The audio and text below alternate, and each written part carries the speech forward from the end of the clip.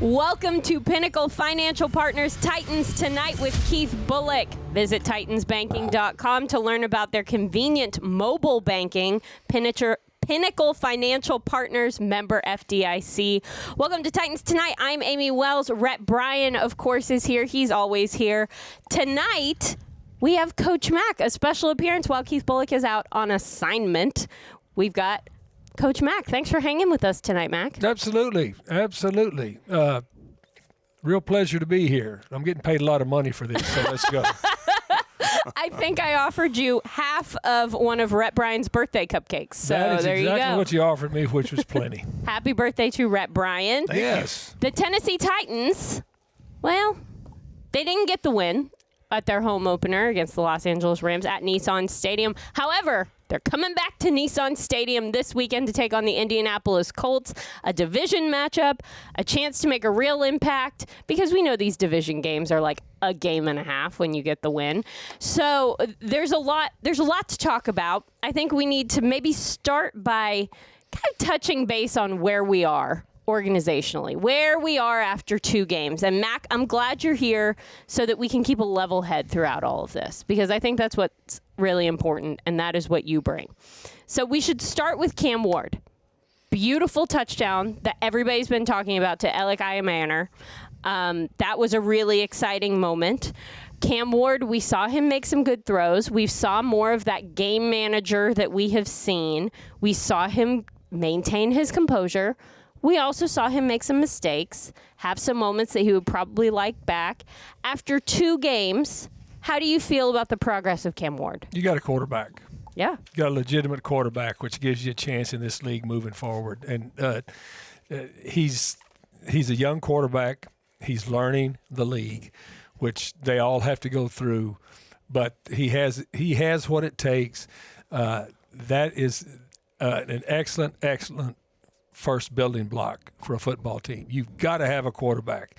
If you don't have a viable quarterback, you know what I always say, you've got a highly paid rugby team. So this guy is legitimate. Now there's going to be a lot of teachable moments. There's a lot of learning experiences ahead, but the guy has what it takes, and that makes me excited. His stat line against the Los Angeles Rams, he completed 19 of 33 attempts for 175 passing yards. He was sacked 5 times. He had a touchdown, no interceptions, and he rushed for about 8 yards. So there you have it. Rhett, your thoughts? I think equally as impressive on that same drive, the scoring drive, 3 plays prior to that, he hit Amie Manor right at the boundary with a fantastic one-handed catch for 23 yards, one of their 3X plays on offense that got them first and goal at the 9, and then 3 plays later, that fantastic touchdown happened. Amie Manor, and we should just talk about the draft class, because they're contributing in this, and it's starting to show. It's starting to populate. You heard John Bones Fossil this week when the coordinators were made available, how highly he already is speaking about Chim Dike, who had a 71-yard kickoff return in week 1 and might have had a scoring punt return Sunday, was upon further review the correct call, and so penalty negated that.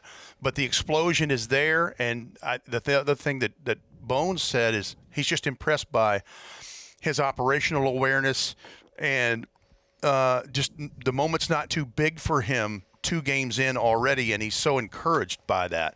So when you start looking through this rookie class, they're contributing, and they were supposed to. The Titans needed that. They have to have that, and some guys are stepping forward. Mac, as you're creating a team, you've got to like that so many key positions are growing up together, especially on offense. That Cam Ward is growing up with an Amie Manor, with a Chimere Dike, with all of these guys, Gunnar Helm. They're all kind of coming up and will be together for a while and will have the same foundation set, because there's something different about being raised the same way almost, as opposed to adding a bunch of people in free agency that kind of have different experiences, and you have to get everybody on the same page, right? Well, you don't build a team through free agency. You build a team through the draft. And then you supplement a team through free agency. That's what you have to do. And if you're trying to, I mean, it's just been proven all the years I've been in this league and even before. And, before there used to not be free agency. So people didn't worry about it. I mean, that just didn't happen. Once free agency came into the being and once the salary cap started working, then it's a different animal that you're dealing with, the way you construct a roster. But you have to build a roster through the draft. You have to. And then you can supplement with free agency. They need another 2 draft classes just like the one they have right now. They've got contributors out of this draft class, and that's what you want. You want to be able to, and it's not just rhetoric when you say draft, develop, and retain, because that's the way you build a football team. And so they've got a really good start with his first draft class. And so as you're doing that, that's what you have to be able to do. And you're going to take some lumps along the way as you're doing that because you're trying to put together a talent base.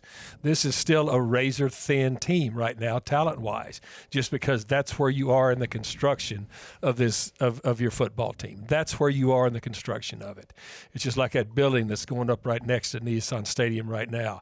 It's under construction, but you can see once you get the guts of it that it's going to be something you're really going to like, and that's what it is building this team. I really like that metaphor, actually, because it feels like right next door there's a visual representation of kind of what's happening on the football field, which is you're creating the framework, you're creating the skeleton for what is going to hold this team up for years to come. Yeah, well, the metaphor is a big word for me. But I'm just telling you that this is what they are doing, and they need to stay on this path. Other rookies that are contributing right now that I think we should talk about are on the defensive side of the ball. Sure. Femi Oladejo is an interesting guy to me personally because we watched him have a lot of success throughout training camp. We watched him, obviously he has a very gregarious personality. He's very outgoing. He's very easy to talk to. So he got a lot of attention through camp just because he's a nice guy and we really like getting to know him. Then you get him out there. He's contributing. He's obviously has a role in these games. Sometimes he's making an impact. Sometimes he's not making an impact. What we need to remember is, A, he's a rookie. B, he's only played in 2 regular season games. And 3, he's relatively new to the roles and responsibility of what his role requires now, having been a middle linebacker for so long in his career. So as a coach, how do you approach a player like that who has gotten some recognition, who has shown some flashes, but is still new not only to the NFL but to their position? Just step by step. Step by step. I mean, this guy's made up of the right things. And I look, they've got the right kind of people, but what I like when he plays with a lot of speed. He also plays, he's a nasty player, which is you've got to have, but he's learning that position, and that position is there's things to that. Now, speed to power, effort, all of those things he's got those things by the bucket load, but he's got to learn technique, he's got to learn counter punches, and he's learning on the job right now. And that's exactly what he's doing. He's the right type of person too. And to me, I mean, he's a great example of when you take a draft pick that has the base ability to do some things, you've got to have patience with him. You've got to have patience. The thing that he needs to do is to stay locked in on what he's doing, and he needs to stay available. Stay available. The longer he's available, the more he gets time on task. The more time on task he has, the quicker he's going to develop. How much do you lean on the older guys to help him get there? Yeah. You don't really lean on him. It's up to him, because sooner or later out there, especially when you're at any position that you're playing, sooner or later it's up to you as a player. It's up to you. But you learn you've got to be have some natural work ethic within you, regardless of who's around you, to be able to get better. But what he has to do, as I said, the time on task, the veterans will help him when they see that he's trying to help himself. That's how this works in this league. If the veterans see that you're trying to help yourself, they'll help you. That's how you get their help. Rhett, did you have something to say? You did every right radio thing. You looked me in the eye. We had the exchange, and I blew right past you. I'm sorry, man. I think we could take this youth movement a step further because it is a very young football team, and we've discussed some of the rookies that have stepped forward, but there are some second-year guys who are contributing seriously as well. And I'll start with the guy who has completely embraced the role of being a pin your ears back, go screaming down the field, and be a gunner on special teams, and that second-year man, Bryce Oliver, the wide receiver who was undrafted out of Youngstown State. He has embraced that as much as any person I've ever seen on a Titans team in recent history. And he is down there with Van Jefferson, and they're affecting plays in that phase of things. Then you go to a guy that he's not a rookie, but he's a first-time starter, and he missed 10 games in his rookie campaign, and that's Cedric Gray at linebacker, he was the star of preseason, had 19 tackles and, all kinds of numbers. Jarvis Brownlee, and listen, I know we're going to talk about penalties, but take those away for a second. The guy is there trying to affect things, and he's a second-year player. So, again, there's just a lot of young fellas in this, but these guys that got some valuable reps in 2024 are paying dividends in 2025. There's a lot to look for on this roster, just with those young guys and continuing to watch them improve, not only throughout this season, but for years to come. And I should also mention, and I'm sorry to interrupt, I should also mention Jalen Harrell, who was a 7th-round pick last year. I think already has 4 or 5 special teams tackles through 2 games. So he's another guy who has embraced that role and that phase of things. And Mac can write you a book about it, but every coach will tell you, if you sow the seeds there and you are successful there, you will earn other opportunities. Yeah. And listen, Bryce Oliver could help you in a pinch in the wide receiving room right now if you needed it. And I think Jalen Harrell could on defense because they are putting all their chips in the middle of the table in the third phase of the game. I love it. Well, we have a lot more to talk about this Tennessee Titans game and their matchup against the Indianapolis Colts. So we're going to take a quick break, but when we come back, there will be more Pinnacle Financial Partners Titans Tonight with Keith Bulluck after this. Pinnacle Financial Partners Titans Tonight rolls on here on Titans Radio. For more Titans banking from Pinnacle, visit titansbanking.com for all the details. Member FDIC. Amie Wells is here. Rhett Bryan is here. Coach Mack is also here, filling in for Keith Bulluck today. And we are talking Titans versus Colts. That's coming up this Sunday at Nissan Stadium. Kickoff for that game is at noon. If you would like to come out, it should be a good day.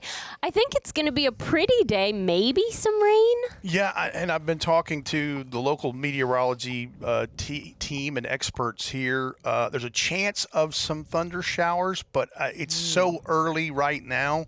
I don't know that I'd hang my hat on anything. It's going to be warm.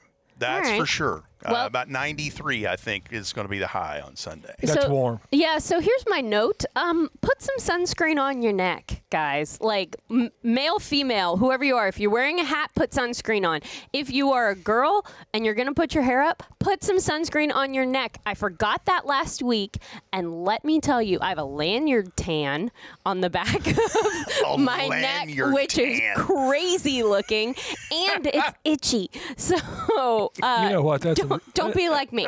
That's a rookie mistake. I know it is. I haven't been on the sidelines in a minute. Well, it's the first regular season game she's been on the sidelines in 3 years, so let's give her a little grace. I needed to just grace. I mean, look. Okay.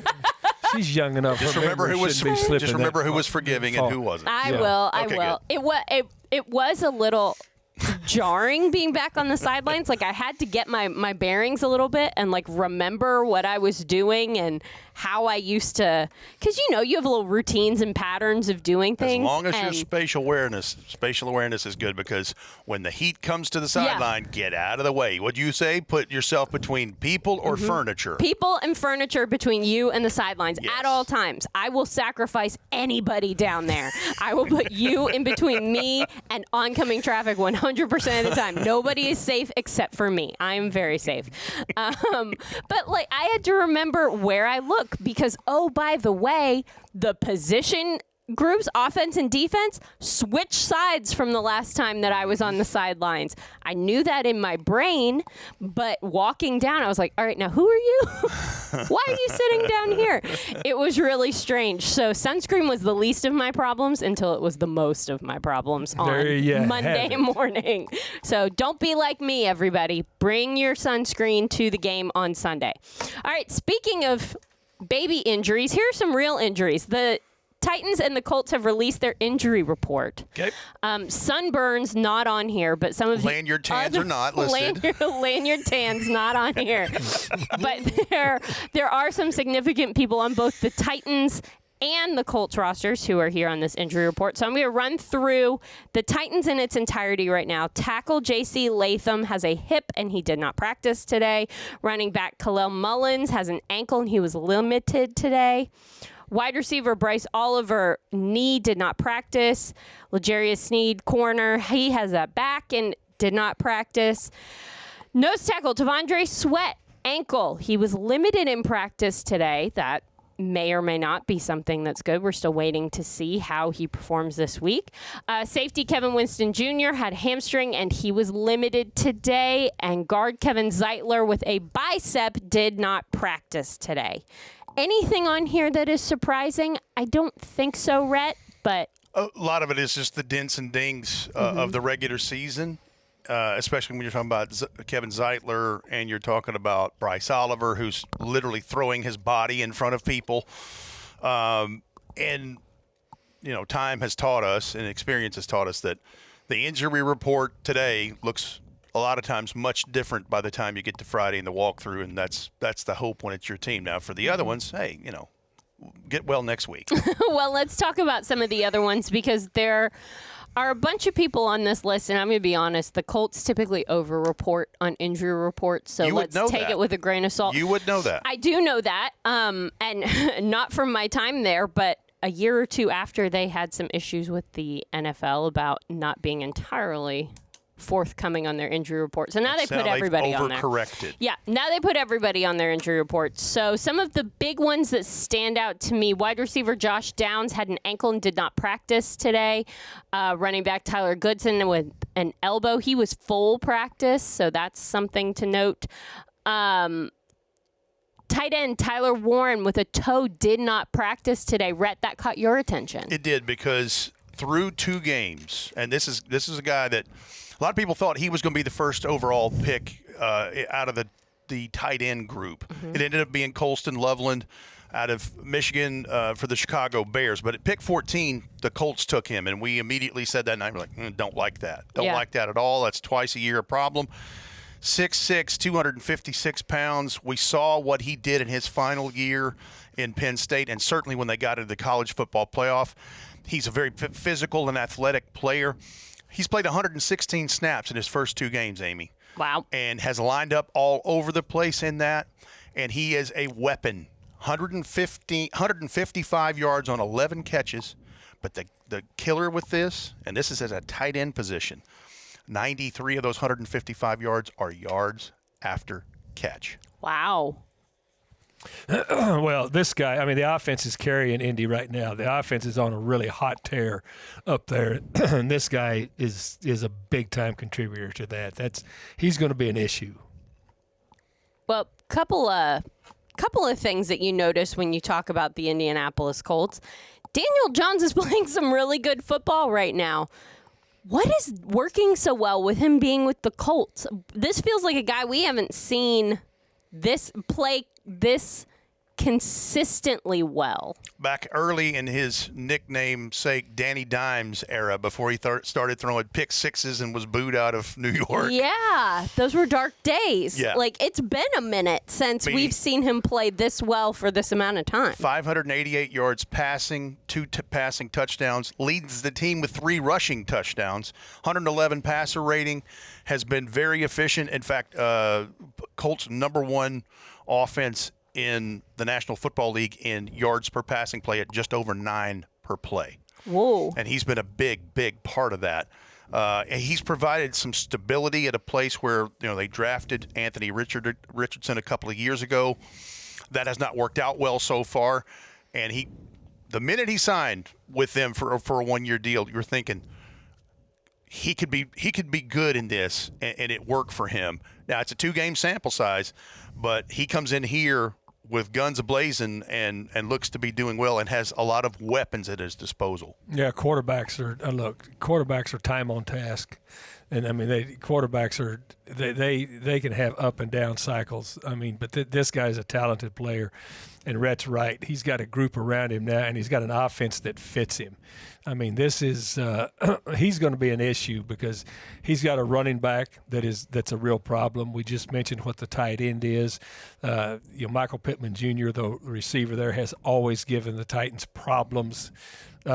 He's got a good group there, and it doesn't surprise me when you got veteran quarterbacks that can soak in this league, that can live through some of their down times, because they're all going to have down times. They just really are. Some it comes earlier than others, some it comes later. I mean, but he is a long way from having fallen off the cliff, I promise you. Let's talk about their run game for a second, because Daniel Jones right now through 2 games is the third rusher in this. Obviously, Jonathan Taylor leads the way. The rookie DJ Giddens is right behind him in attempts. This group as a team, 161.5 yards rushing per game, 2-game sample, number 3 in the league right now. And, Jonathan Taylor, 215 yards from scrimmage in that shootout game last week at Lucas Oil Stadium against the Broncos and that Broncos defense. And he's averaging 5.5 yards a carry. He's doing Jonathan Taylor things that he did in his first couple of years in the league when he was wowing. And it was every week it was how many yards was Derrick Henry rushing and how many yards was he rushing. And they were back to back. It was like a horse race. It absolutely was. That's a problem. And it's a problem because, the Titans defense has allowed quite a bit in their first couple of games. And having Tavondre Sweat back in the mix, if possible, would be a great help for the teeth of the Titans defense. But, yeah, Jonathan Taylor is a problem. Yeah, well, Rhett and I, every week we dig into the opponent. And the thing we looked at, the other thing the game within the game is that Jonathan Taylor is really, really running very well out of 11 personnel, which means you got 3 wides, 1 tight, 1 back in there, but that also means you're spreading out the defense. And so that makes it, they're not bunched up running the football a lot. They are spread out, and that's a big problem if somebody can spread you out and still be able to make those kind of yardage on the ground. To Mac's point, Jonathan Taylor, 29 of his 43 carries are from 11 personnel. That's 67.5%. And of that, 197 of those yards came out of that personnel grouping, and that's 70 more than any other back in the league right now.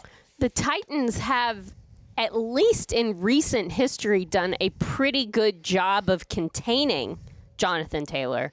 But to your point, they have so many other offensive weapons right now that you don't just need to focus on one guy. There's a lot to worry about there. Absolutely. And we talked about Tyler Warren being one of those. Tyler Warren was drafted high enough. He made the giant tight end that they drafted 3-4 years ago, Jelani Woods, who was a problem in the red zone. He made him expendable. Mm-hmm. And they still have Mo Alley Cox, who is a Titans problem in the red zone and has been for some time. And then Alec Pierce, who they drafted a few years ago out of Cincinnati. Josh Downs, we talked about being on the injury report, who's a very fast young receiver. But Michael Pittman Jr., Mac coached his dad with the Cardinals. Michael Pittman Jr. continues to be an issue as well. So there's plenty of weapons for him to choose from. The problem with Jonathan Taylor as a back is he is one of those backs, and you're right. They have had games where they have bottled him up, but then he's hit 1 or 2 explosives that open it up. That's the issue with a back like that.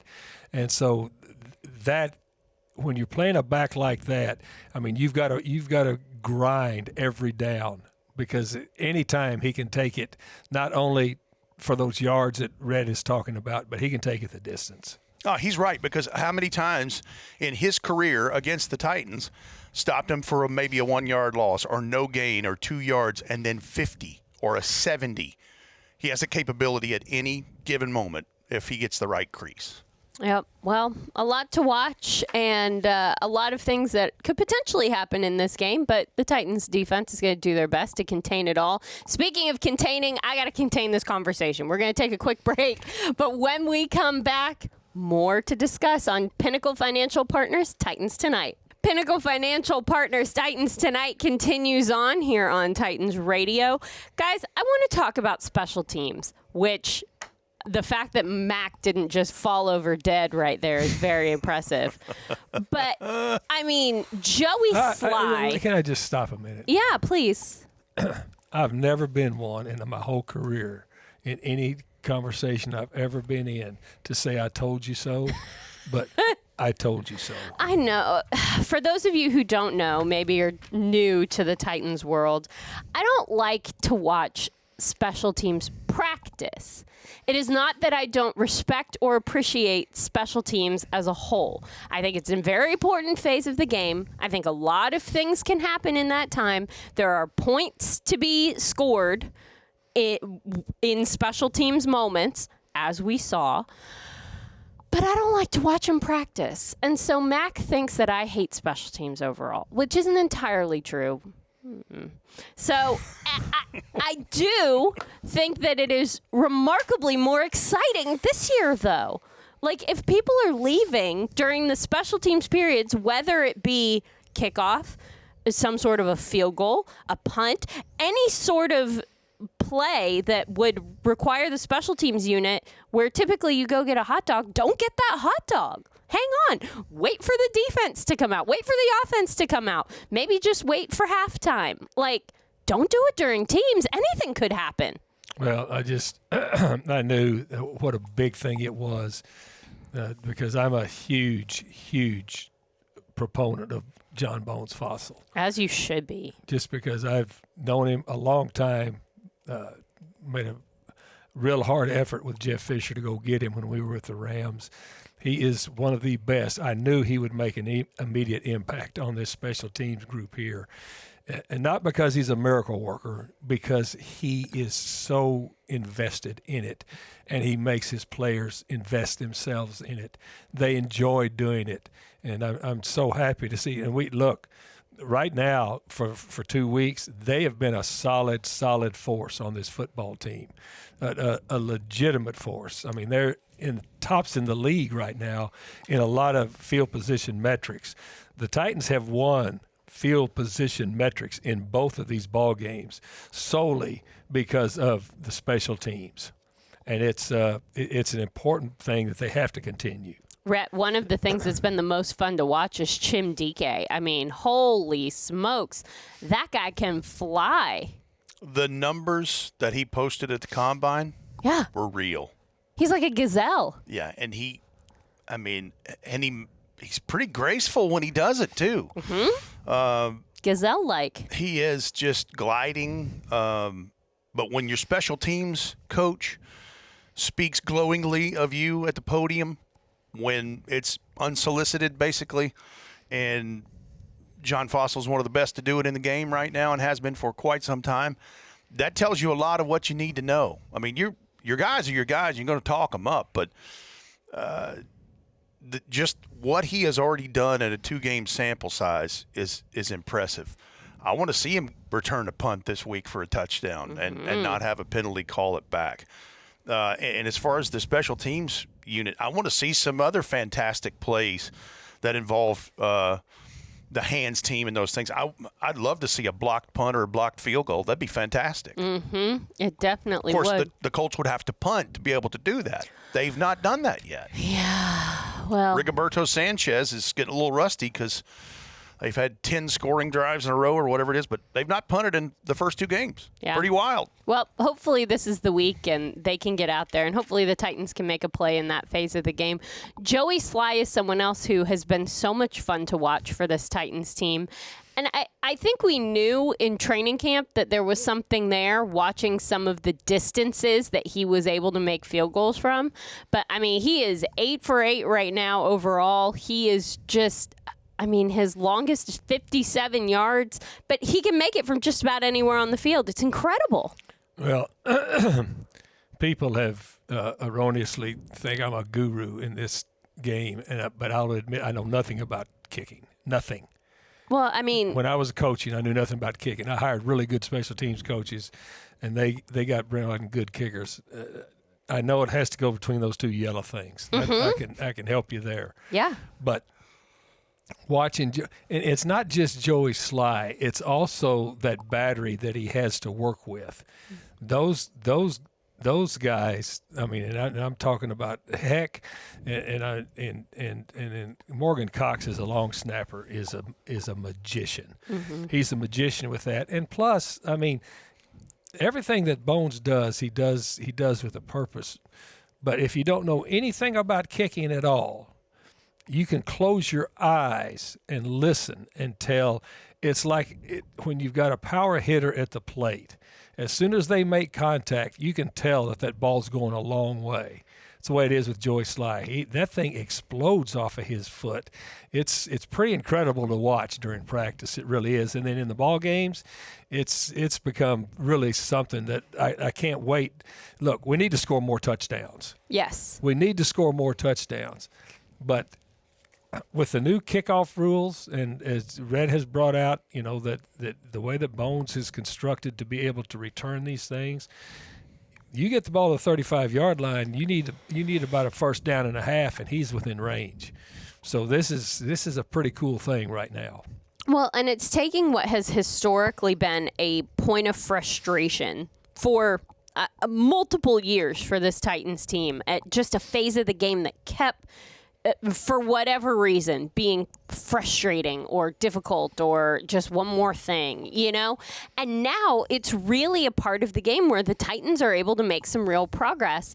And Mac, you told us as soon as it was announced that Bones Fossil was going to be coming in here to be the special teams coordinator, you told me all of these things about him. And I know to believe you, but, I mean, guys, teams coach, okay, whatever. I have never in my life met somebody who is that passionate about that phase of the game. Amazing, isn't it? It's incredible. He wears cleats to practice just to every listen day. to him talk about it and things he saw in other games, whether it be a college game or a pro game that he is watching on a Monday night or a Thursday night or whatever. He sees these things and he gets so excited to show his guys or to tell them about it or to have this teachable moment, or he is just passionate about that phase of the game and what it can mean to players' careers. Yeah, you know what you hit. That's so well said. It really is. That encapsulates who he is, and it just that's why I say I don't ever put a stamp on a lot of people, but when I do, and Bones, when you go to one of Bones's meetings, I mean, it's inspiring. Yeah. It really is. That room and his folks in that unit, that's his dojo, and he is the sensei of this. He really is. I'm serious. I believe you. I know you're right. He and I know he implements some things of that nature. But Mac is so right about one of the stabilizing forces of that unit. This team is blessed to have Morgan Cox as its long snapper to make that part of it. That is so overlooked in this. And I'm going to tell you something else. Going back to Chim DK for a second. He's going to see a lot of what they call dirty kicks. Did you notice on those kickoffs, he started almost squibbing it to him? That's a good point. And there was a couple of places where he kind of had to go back and readjust, and he lost the tip of the ball for a second. That last time they did it, he had it and got it in stride and moved. Mm-hmm. That's a huge indicator that Chim is dialed in and is going to be prepared for what they bring in him. Because if Rigoberto Sanchez, the Colts punter, does have to punt in this game, he's going to try that approach, knowing that he is a weapon that could potentially put the opposition in scoring position. The other thing is, and that this can't be overlooked, especially with the way the kicking game is now, the way the rules are set up. It's so incredibly important to teach these guys that are blocking how to block in space with a limited run. I mean, and Bones is a master at that. You can already see it. I mean, that the kick return, the punt return, that was all set up with some really cool blocking schemes. I watch practice every day. I know, what he's setting up, and so we can't talk about that. But I can tell you, it's more than just people running down like Braveheart. I mean, this although thing, that's what it looks like. yeah, this thing is orchestrated, and I'm looking forward to. I look forward to it when people are kicking to us now. You do. I always have. You don't. I don't look forward to watching them practice it. I really enjoy watching them execute it. All right, before Mac starts to spread more lies about me, we're going to take one more break, and then we will be back to wrap up this edition of Pinnacle Financial Partners Titans Tonight. Wrapping things up here on Pinnacle Financial Partners Titans Tonight, Pinnacle Bank, the official bank of your Tennessee Titans, member FDIC. Guys, the Titans are getting ready to take on the Colts at Nissan Stadium. Kickoff for this game is at noon, and Titans Countdown will be on the air at 11 o'clock Central Time. So make sure that you turn on your Titans radio, however you do that, whether it's online, on an app, or on the actual radio. Turn it on. Listen to us. We've got a lot of good stuff, including a little tribute to Mike Keith, who is going to be going into the Ring of Honor. So we're going to play some of his greatest hits, which feels like a nice thing to do. There's a lot of them, too. There's a lot of them, and we're really excited to celebrate Mike Keith and his legacy and put his name on the wall once and for all where it rightly belongs. So that's rhymed. going to be a lot of fun. That rhymed. Yeah, I'm a poet. Well, you're not that, but that rhymed. Wow. It did. Anyway, you want to make sure that you are at Nissan Stadium for all of that. That ceremony will be happening at halftime, so stick around to watch that. You can hear it on Titans Radio. We'll make adjustments so that we want to hear Mike speak and what he has to say, because obviously it's a huge honor that Miss Amie and Kenneth and Barkley and the family decided to put him in the Ring of Honor to correctly catalog, if you will, his career in 27 seasons as the play-by-play voice, the voice of the Titans.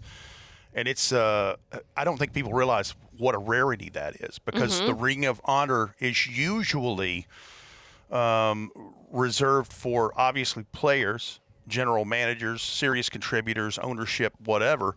And I think there's a handful of announcers who are in some Rings of Honor in the league, but I think it's a very small number. Yeah, he is in rare air. He is in rare air.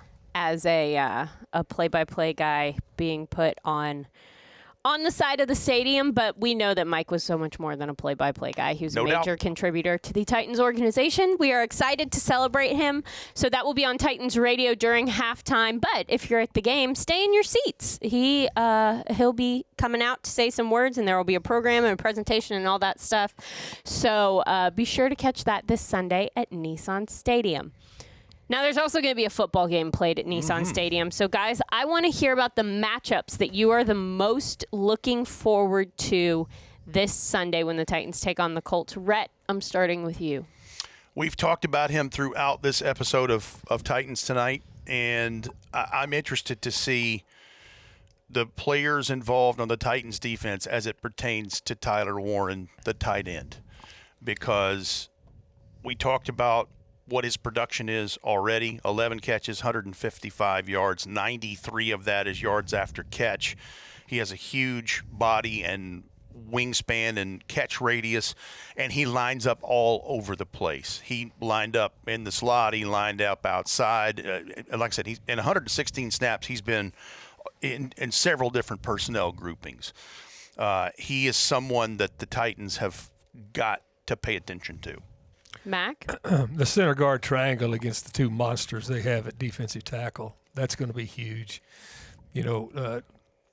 Grover Stewart and DeForest Buckner. Yep. Those two guys are game wreckers, and that are the center guard triangle for the Titans has got their work cut out for them. Because through the years, regardless of how many different people have played across that front line, those two guys are an issue because they can collapse. You hear me always talk about collapse the middle of the pocket.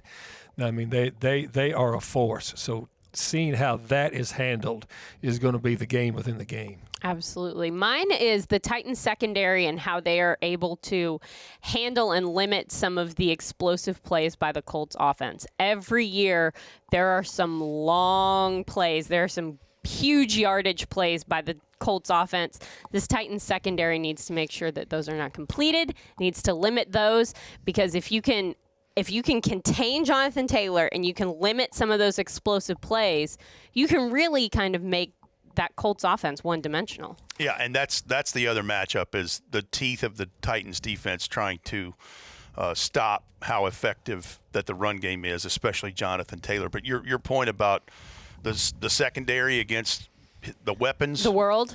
Yeah, I mean, Alec Pierce seems like he has one in every game, and when he doesn't, it's Michael Pittman Jr. or it's Josh Downs or we talked about Mo Alley Cox being the savvy veteran behind Tyler Warren, who they use in red zone situations and have for a long time. There's plenty of matchups to watch in this. Wasn't it last season when Michael Pittman had the broken ribs and was hurt and came here and made 2 catches at the end of the ball game that were game win? I mean, the dude's an issue, and they're going to have to be able to do. But you're right, both of you, is that they're going to have to be able to stay on top of Jonathan Taylor first and foremost. You're right about Michael Pittman Jr. because the talk was early in that week of that game that he was going to go to injured reserve. Oh, yeah, and they faked this all out. His father or someone talked him. That's when Pitt, his dad, talked him out of it, right? His dad was tougher than pig iron, and I knew there was no way he was going to let that kid not play. What is pig iron? Pig iron is when you're building something. Origins with Coach Mack. There's different kind of iron. Pig iron is a really double, triple cable steel type of iron that is so strong that you use it for foundations. Why do you call it pig iron? Is it for pigs? No, it's just strong as a pig. You ever been around pigs? No. I mean, they do make footballs out of them. Yeah, I mean, have you ever been around pigs? No. I worked on a pig farm one time. You did? Yeah, I did. Are they mean? You don't want to fall into pig pen when they're hungry. Pigs mean? You don't want to mess with the little pigs when the big pigs are there. Let's just say that. I just would never mess with the little pigs, I guess. If anybody says they're going to beat you with pig iron, be scared. Okay, pig iron is bad. All right. We're learning many things. No, but it's really good. It's really strong. God. It's really strong.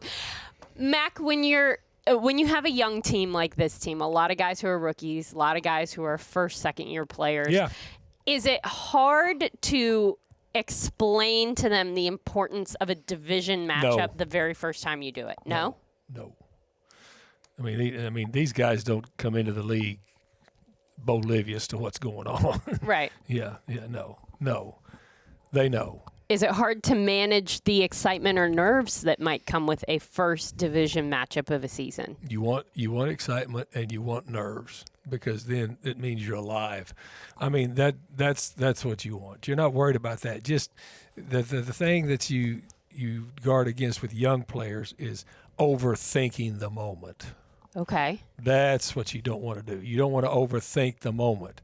But as far as being excited and being ready to play, you want them geared up.